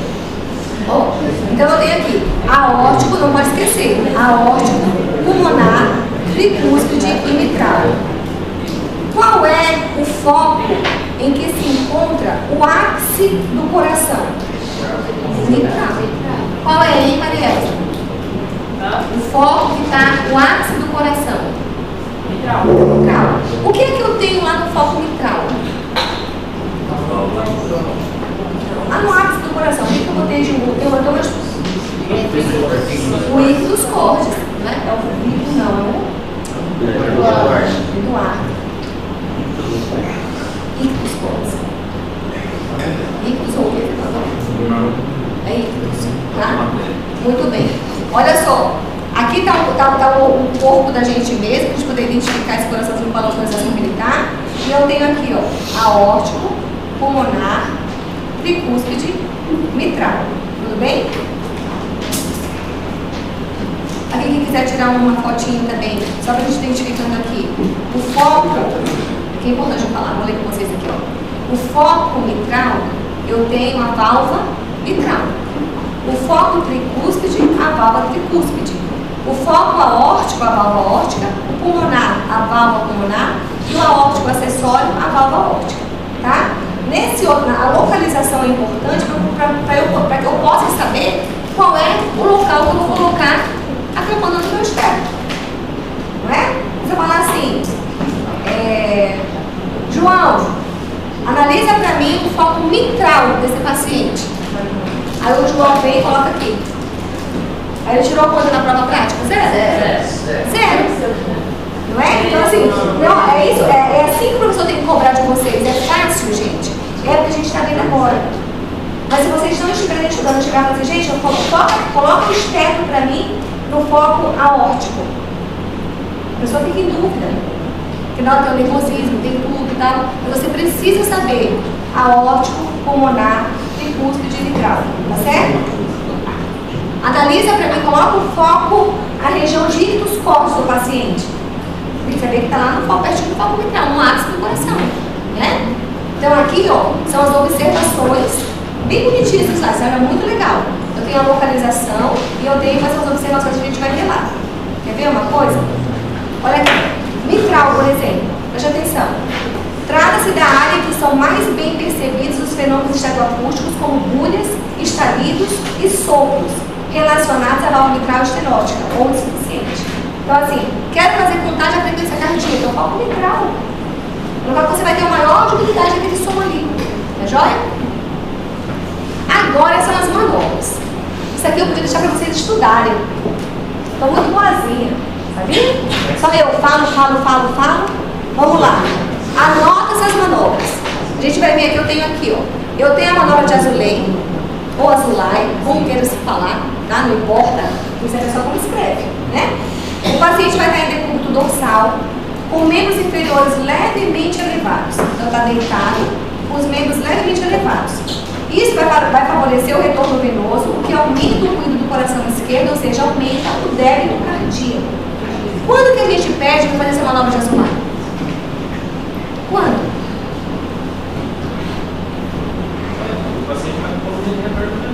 E quando que ele está colocando? O que ele manifesta, Ricardo? Quando ele está com problema de retorno venoso? Se nós estivéssemos aqui na sala, vamos abrir para cena, malhar todo mundo? Bora? Bora! Toda hora de cena a gente vai malhar 1 hora. Né? Aí a gente vai lá, acabou de almoçar, vai lá malhar. Quando eu estou malhando, eu vou lá, malho, quero me aparecer, eu coloco lá 100 quilos para puxar naquele negócio de perna. Vou lá, quando eu termino, que eu vou levantar, como é que eu estou? Zonzinha, né? Quase desmaiando, quase caindo pelos outros. Aí o que eu faço? O que vai fazer eu melhorar quase que imediato? Deita e faz o quê? Levanta Levanta as pernas. É uma nova Jesuleia. Perceberam? Então assim, a gente tem que pensar, a gente tem que entender, quando eu quero aumentar o débito cardíaco, eu faço essa manobra para o paciente, tá? Eu tenho a manobra de Pachon. O que essa manobra de Pachon vai fazer? O paciente vai ficar em decúbito lateral esquerdo, com a mão esquerda sobre a cabeça. Então tá, estou em decúbito lateral esquerdo e põe a mão esquerda, isso, perfeito, sobre a cabeça. O que isso vai fazer para mim? O que vai facilitar para mim? A ausculta do foco mitral. Isso vocês vão comprovar lá na habilidades. Tá? Ausculta o paciente decúbito dorsal, normalzinho. E ausculta o paciente no mesmo foco mitral, ele decúbito lateral esquerdo com a mão sobre a cabeça. Você vê como o som vai ficar mais audível para você. Tá? Quando o paciente está normal, não tem sentido a gente utilizar essa manobra. Mas quando eu tenho dificuldade na ausculta do paciente normal, porque tem uma patologia instalada, eu faço a manobra para facilitar a minha ausculta. Eita, que essa aqui é grande, ó, né? Vou deixar para vocês estudarem essa. Eu já vi o vídeo. É legal o vídeo, né? A manobra de valsalva. Gente, outra coisa, deixa eu falar uma coisa que eu vou fazer. Estão falando de vídeo, eu lembrei de outra coisa. Tem, eu não sei se é dessa turma ou se é da outra, que alguém veio conversar comigo, que acham ruim que tem professor que está passando vídeo.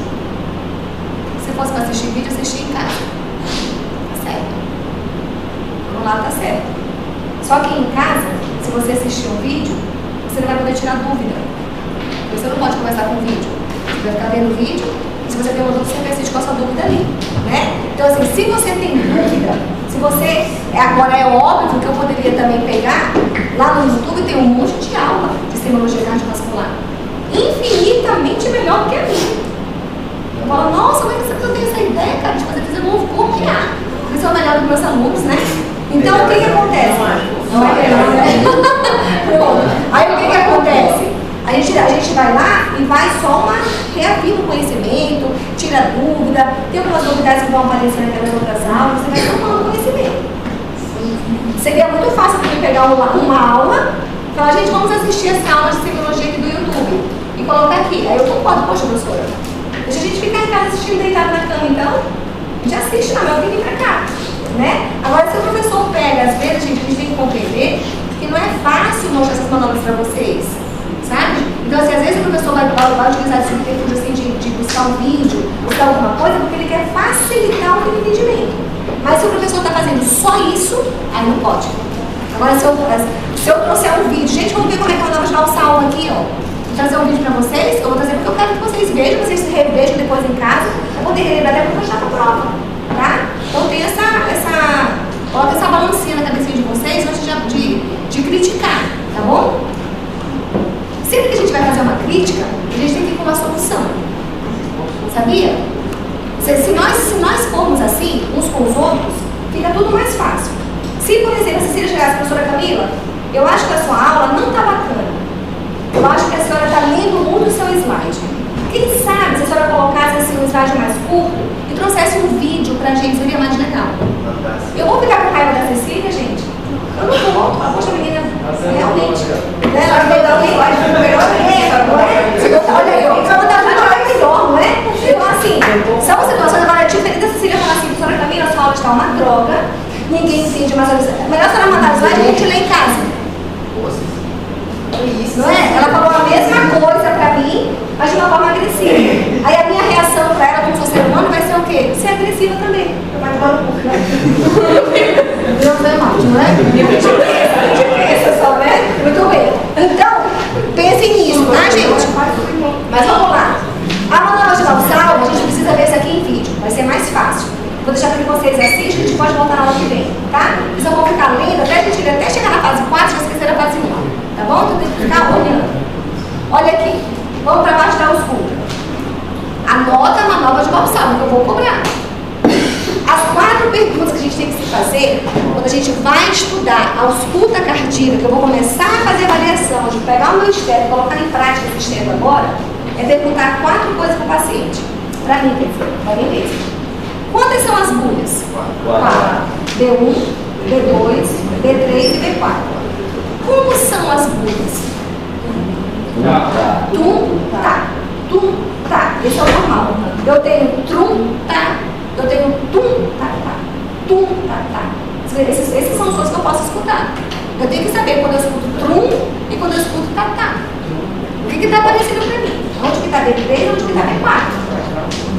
Existem ruídos no som cardíaco? Existem. Eu tenho sopro, eu tenho estalidos, eu tenho cliques, né? E qual é a relação entre as bulhas e os ruídos com o ciclo cardíaco? Por quê? O que tem a ver isso aí? Exatamente. Exatamente. Cena sístole, cena diástole, qual é a localização, né? A gente consegue identificar. No sistema cardiovascular, então, eu vou ter que aprender, eu vou ter que estudar. Isso aqui é todo mundo, sem exceção, tá? Dispneia, a gente já viu, lá em vai cair de novo. Hipertensão arterial sistêmica, a gente já viu? Já, viu a tabelinha? De novo, vamos ver de novo, tá? Anemia, a gente viu? Vimos. Taquicardia, palpitação, né? O paciente chega com a dor no coração, bate tanto, que parece que está saindo pela minha boca.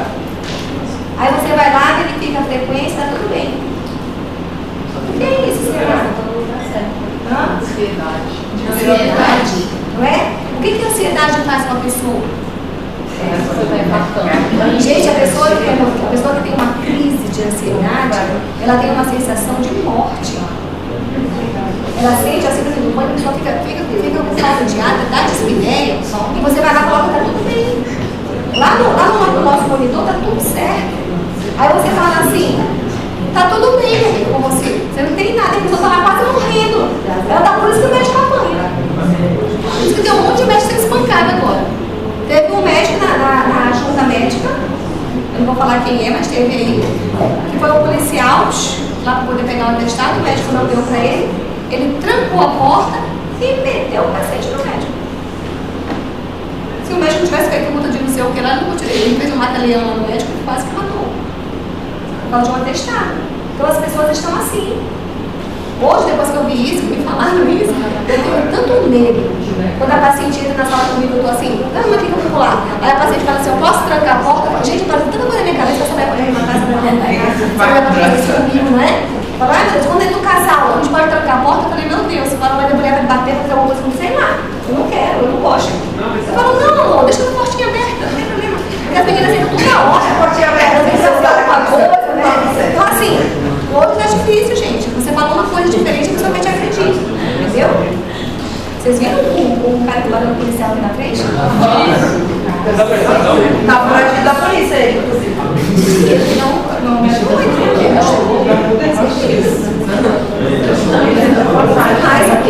Vamos. Cianose, icteritite já viu, edema, características do edema de patologia cardíaca. Isso vai cair na parte de vocês. Lá na aulinha da IMU a gente já viu todos os tipos de edema que pode ter. Então ali a gente viu que tem o edema cardíaco. Como que é o edema do paciente cardiopata? É assim. A gente vai ver se vocês já vão falar pra mim. Icterícia, síncope, ascite, urgência jugular, circulação colateral. O que é a circulação colateral? Desfiada. Aí acontece o quê?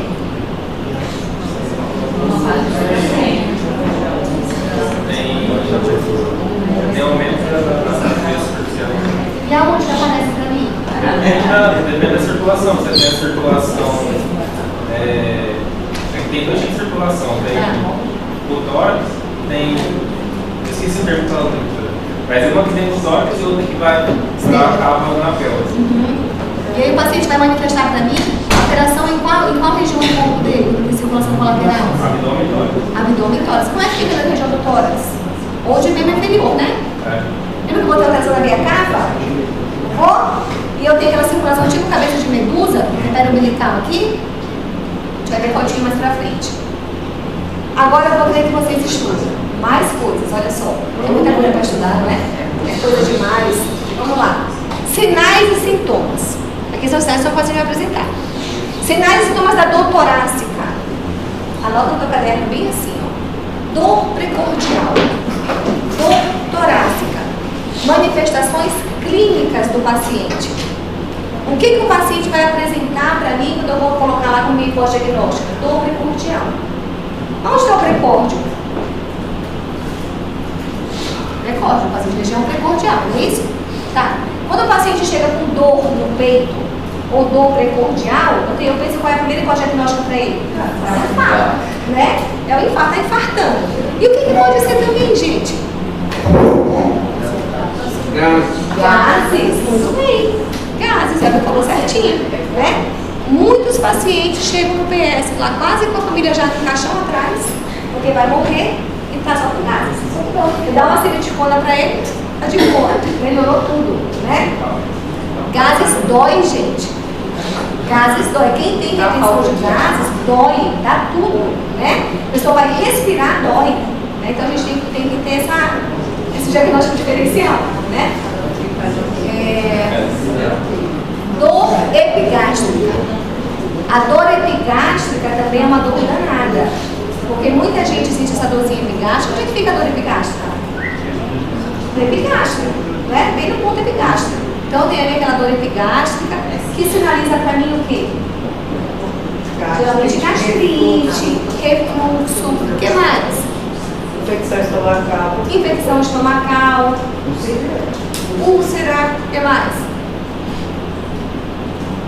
Ponto de partida de apendicite.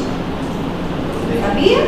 A dor começa no ponto epigástrico, ela vai irradiando para a região de fossa ilíaca direita e ali ela se instala. Então, assim, às vezes o paciente está com essa dorzinha epigástrica que está se iniciando uma dor precordial, uma dor de infarto mesmo. Começa com essa dorzinha mais fraquinha, e o que você faz como médico? Ah, toma uns copas. Não. Toprazol, daquele que é líquido, como chama? Fugiu o que está vendo? Sorrisão. Água com mais sal de fruta. Água com mais Água com mais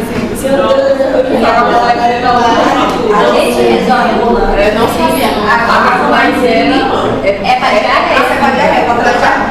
Mas é na peita. E mais para tratar isso. A maisena tem parestesia. O que é a parestesia, hein? Dormência. Dormência.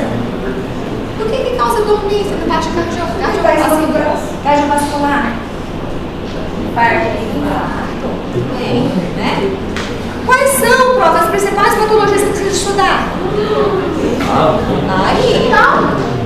Daí, olha só, insuficiência cardíaca, infarto agudo do miocárdio, aterosclerose. O que é aterosclerose?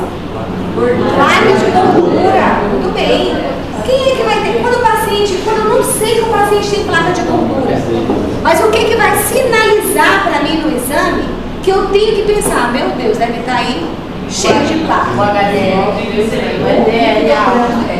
porque no lipidograma eu vou ver triglicerídeo, que é o perfil lipídico. Perfil lipídico ou lipidograma é a mesma coisa, tá bom? Lipidograma, quando a gente pede perfil lipídico, eu vejo lá colesterol e frações, total e frações, e vejo triglicerídeos. Eu posso pedir também assim, triglicerídeo, colesterol total e frações. Mas a gente pede lipidograma, tem tudo, tá bom? Joia. Então, o paciente que tem isso alterado, que está acima do peso, tem grau de obesidade instalada ali, eu sei que ele vai ter plaquinha de gordura ali naquele espaço. Então, é um paciente que merece ser investigado, né? Hipertensão arterial sistêmica, classificação da pressão, os exames MAPA, MRPA, como que eu faço a avaliação desses exames? O que é isso, gente? MAPA e MRPA. M é de monitoramento, monitoração. Você vai todo dia fazer a... Não, o mapa é aquele que fica no teu braço, fica o dia todo com ele, não é? O MAPA é a monitoração ambulatorial da pressão arterial. Ou você vai lá fazer a pressão todo dia, ou você também pode utilizar o Holter, que é fora de casa, né? Fica direto lá, é como se ficasse um profissional acionando todo o tempo, mas é o próprio aparelho que faz 24 horas, né? E a gente tem o monitoramento residencial da pressão arterial, que o próprio pacientinho vai lá e faz a medição 3 vezes aquela pressão e anota, por uma semana ele leva para o médico. Falou, deu tanto de manhã, de tarde e de noite, fez assim na pressão, e ele vai embora para casa. Arritmias. Eu tenho nas minhas arritmias, eu tenho TAC e bradiarritmia. Né? Professora, Oi. como que é o nome daquela doença que a pessoa para de respirar? Apneia, de sono, né? Tem que dormir 40 Isso. Ó, o que mais que a gente tem aqui? Hipotensão. Diferente da hipertensão, isso cai em prova. A hipotensão, presta atenção em mim aqui. O paciente que tem uma pressão, por exemplo, de 90 por 50, é um paciente que está normotenso? Ele está hipotenso ou ele está hipertenso? Hipotenso? Quanto? Depende. O meu é 9%. Muito bem. Então, 90 por 50, embora não esteja lá em 12 por 8, como a gente quer, não significa que o paciente esteja hipotenso. Às vezes, é a pressão basal do paciente. O paciente que é esportista vai ter a pressão mais baixa. A gestante vai ter uma pressão mais baixa, é normal. Tá? Paciente, às vezes o paciente chega gestante lá com a gente com 85 por 50 de pressão. Normal, tá lá de boa. Quando que eu vou considerar hipotensão? Não. O basal dela é 2/8 e tá abaixo. Tem que ter outro sintoma. Perfeito. Eu botei hipotensão quando eu tiver uma pressão. Por exemplo, a minha pressão geralmente é 11 por 7, 11 por 6, tá de boa. Se por acaso eu estiver me sentindo aqui tonta, mas eu estiver sentindo assim com sudoresa, aquele suor frio, aquele mal-estar, aí eu falo, doutor Tadeu, afere a minha pressão, Tadeu, vem afere. Aí ele fala, Camila, tá 90 por 50. Aí eu estou em potência, porque eu tenho uma pressão abaixo da minha média basal com sintoma associado. Perceberam? Agora, se eu estou gestante, doutor Tadeu, afere a minha pressão. Nossa, Camila, está 90 por 50. E eu estou de boa aqui conversando com ele normalmente. Eu estou em potência? Não. Minha pressão está 90 por 50. Diferente da hipertensão. A minha mãe, por exemplo, às vezes estava em casa, com a pressão última, que eu fui lá para brigar com ela, estava 19 por 12.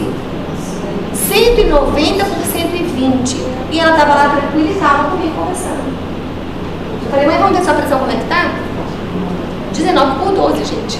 Isso aí para dar um piripaque, para fazer um AVC, fazer um infarto, é daqui para ali, né? Então, assim, o paciente que tem uma pressão superior ou igual a 14 por 90, 14 por 90, 140 por 90, ou 14 por 9 centímetros de mercúrio, eu tenho um paciente que está hipertenso. Muito embora independa aí de sintomatologia associada. Perceberam a diferença disso? Isso eu vou cobrar de vocês. Tá? Vai ter associado. Vai ter uma pressão mais baixa do que o normal com sintomatologia associada. Tá? Síndrome metabólica. Como que eu faço o diagnóstico de síndrome metabólica? Vocês vão estudar. Vou mostrar pra mim. Tá? O que eu faço? Qual é a medição que eu faço? Eu vou dar uma dica. Tem uma medição da circunferência abdominal. Que na mulher é diferente do homem. Não é? Tá joia. Pericardite. Inflamação do endocardite. Eu tenho as principais patologias, cardiopatias congênitas. Eu tenho tetralogia de Fallot, eu tenho a interposição de grandes vasos e eu tenho a comunicação interventricular. São as 3 principais patologias que acometem o neonato. Tá bom? Então eu preciso conhecer essas manifestações clínicas. Essas patologias, gente, a gente já consegue identificar na ultrassonografia. Antes do bebezinho nascer, já está tudo programado para ele poder nascer, com a cirurgia cardíaca já pré-determinada para ele. Tá? Daí a importância do pré-natal adequado, né? Sopros inocentes ou funcionais. Existe sopro inocente? Existe sopro que eu faço ausculta, eu vou fazer ausculta pulmonar, ausculta cardíaca, desculpa, e eu ausculto sopro. Eu falo, não, mas isso aqui é normal. Tem, que é o sopro inocente, né? Geralmente na criança, até os 2 aninhos. É normal, depois ele melhora, vai recupera, né? Muito bem. Eu vou começar com vocês aqui a síndrome metabólica, tá bom? Vou facilitar a vida de vocês. Vamos lá, só mais um pouquinho. Eu já libero vocês. Síndrome metabólica ela é caracterizada pelo quê? Eu tenho lá, ó, já é menos uma coisa de vocês estarem sozinhos. Uma grande circunferência abdominal, devido ao quê? A uma gordura abdominal excessiva. Vocês já viram que tem gente gordinha que é fofinho? Você aperta a barriguinha, ela tá tudo mole, né? Tá tudo fofinho, tudo gostosinho lá. Agora tem aquele gordinho que só tem a barriga endurecida. Barriga dura, você toca, parece essa mesa aqui, ó. Por quê? Por que será? Qual é a diferença disso? Tá, parece que tá grávida mesmo, né? O que mais?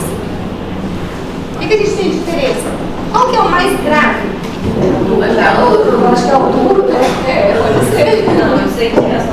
Qual que vai dar uma circunferência abdominal maior? O duro.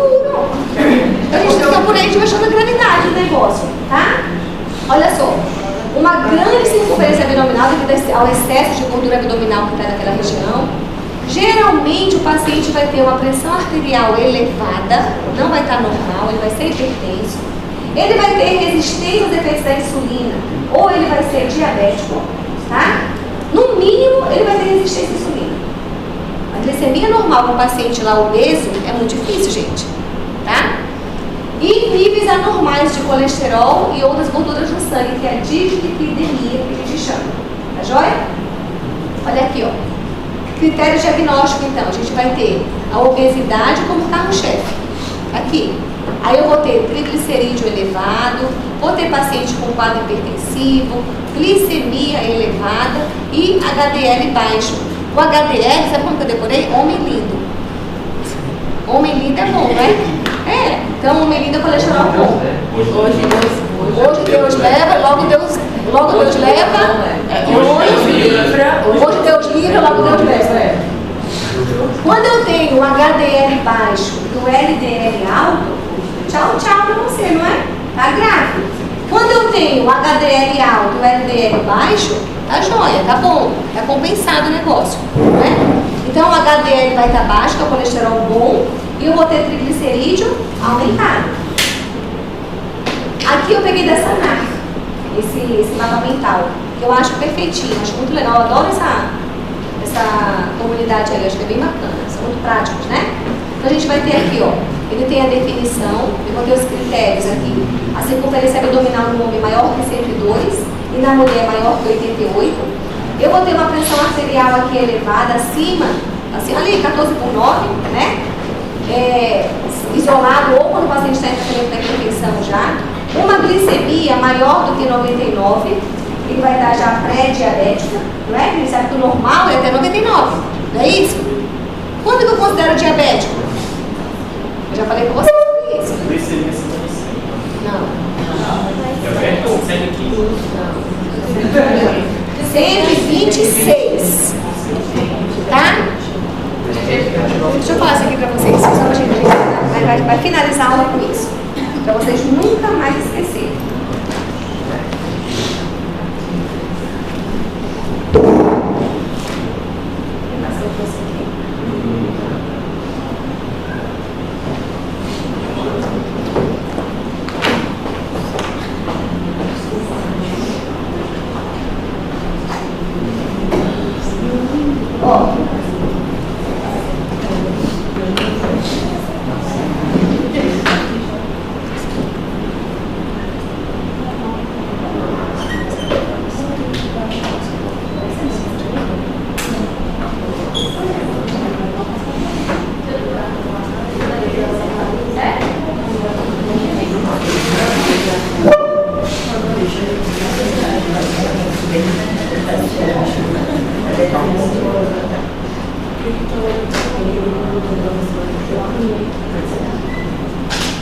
Olha só, nunca mais esqueça isso daqui na vida. Tá? Isso aqui é pro resto da vida da gente. Não vou mudar em nada, provavelmente é isso aqui que vale. Quando eu peço a glicemia do paciente, eu quero saber se o paciente tem diabetes. Né? Você vai saber como é que está a questão da função pancreática desse paciente. E aí, eu tenho números que marcam para mim a avaliação desse diagnóstico. Então, 99 é o limite do valor normal que vai dar uma glicemia de jejum. Eu peço para dosar no sangue, para lá como é que está a glicemia desse paciente. Ah, está 85, está 89, está 95, está 99, limite do normal. Tudo bem? Quando que ele está com hipoglicemia? Quando tem uma glicemia baixa com sintoma. Geralmente abaixo de 60, né? Tá. Então, aqui está normal. Tudo certo. Quando eu faço essa medição, vou lá, dose no sangue e dá 126. Diabetes. 126 igual ou maior que 126, diabetes. A gente repete, para verificar, o outro dia repete com o regime adequado, 126, diabético. Tem que ficar. Tá joia? Ou então, quando eu faço uma glicemia aleatória, vou lá, deixa eu fazer agora, dá 200, acima de 200, por exemplo, diabético. Tá bom? Muito bem. Agora, o problema é que a maioria da população, a maioria absoluta está aqui, ó. Está nesse meio aqui. Ela não está nem diabética, porque vamos imaginar que a glicemia deu 112. O que eu falo para esse paciente que deu 112? Pré-diabético. Aí o que eu vou falar para ele de orientação? É o MEV. É a mudança do estilo de vida. E o que é a mudança do estilo de vida que a gente sabe indo e voltando e não faz? É a atividade física com a alimentação adequada. Não é? Não precisa remédio. Aí o que eu falo para o paciente com relação à alimentação? O que ele vai evitar? Sabe o que a paciente fala? A gente fala bem assim, ó, doutora, eu acho que esse exame está errado. Porque aí, é bem assim, ó. Imagina que ela tem lá 124 de glicemia, 300 de triglicerídeo, e tem lá, sei lá, 350 de colesterol. Total. Tá aí. Quem que é?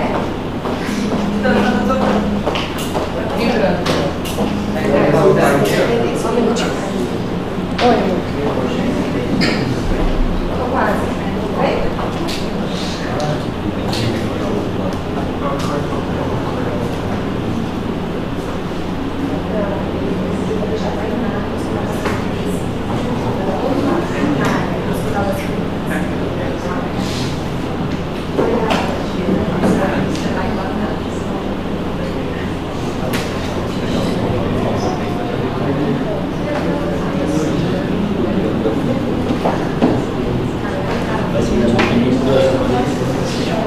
Gente, ó, então o paciente chega com isso daqui pra mim. Quando chega assim, é o paciente que está com dislipidemia, porque aqui vai dar até 150 e aqui vai dar até no máximo 200. Então tá alterado, tá? E tá aqui pré-diabético no pé da cova lá pra ficar diabético. Né? Tá lá, acima do nosso samba de sobrinho que cai, né? Aí o que acontece? Esse paciente fala bem assim, doutor, eu acho que esse exame está errado. Porque eu não como nada. Não como doce. Não como doce, não sei o quê. E eu fico só ouvindo. Aí eu só falo, o que o senhor come? Aí ele fala assim, não, eu como isso, como aquilo, as grávidas, então grávida não come nada, né? A grávida chega lá, não come nada. Ela estava comentando 8 quilos quase e come nada. Ela chegou a ter 5 quilos a mais de um mês para o outro. 5 quilos. Por isso ela já engordou mais da metade da sua gestação só nesse mês. Era 9 quilos que ela tinha engordado, ela engordou 9, já engordou 5. Está com 26 semanas aí para 40 semanas, ela está indo. Tá? Aí o que vai acontecer aqui? A gente fala mudança do estilo de vida.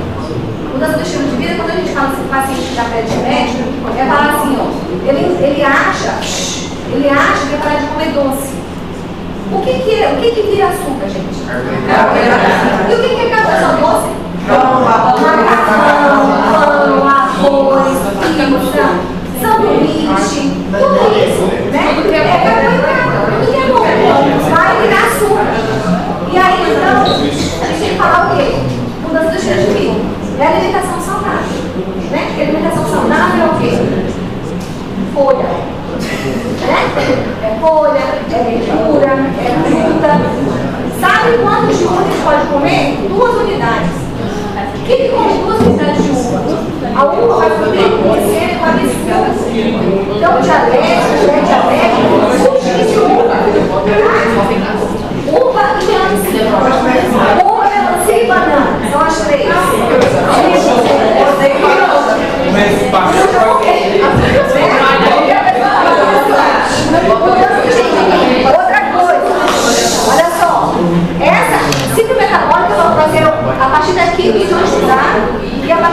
vem vocês vão dar uma pra mim. Eu vou aprender com vocês, tá bom? Todas aquelas patologias lá. E aí o que acontece? Quando a gente fala mudança do estilo de vida, gente, eu falo pra vocês fazerem atividade física. Como é atividade física?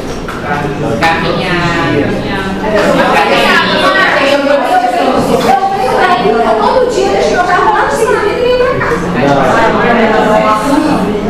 Eu vou pegar, então se vocês façam o paciente, só vai pegar, colocar um tênis. Vai colocar um tênis, uma leg, né? Vai colocar essa camisetinha bonitinha. Aí vai na academia tirar uma foto lá e vai caminhar. Quanto tempo? Meia hora. Se você caminhar meia hora todo dia, você vai ficar. Tá? No mínimo, ele faz meia hora. 20 minutos, mas tem que ser todo dia. Né? Então tem gente que fala assim, não, vou pra academia, fazer o quê? Vai tirar foto. Né?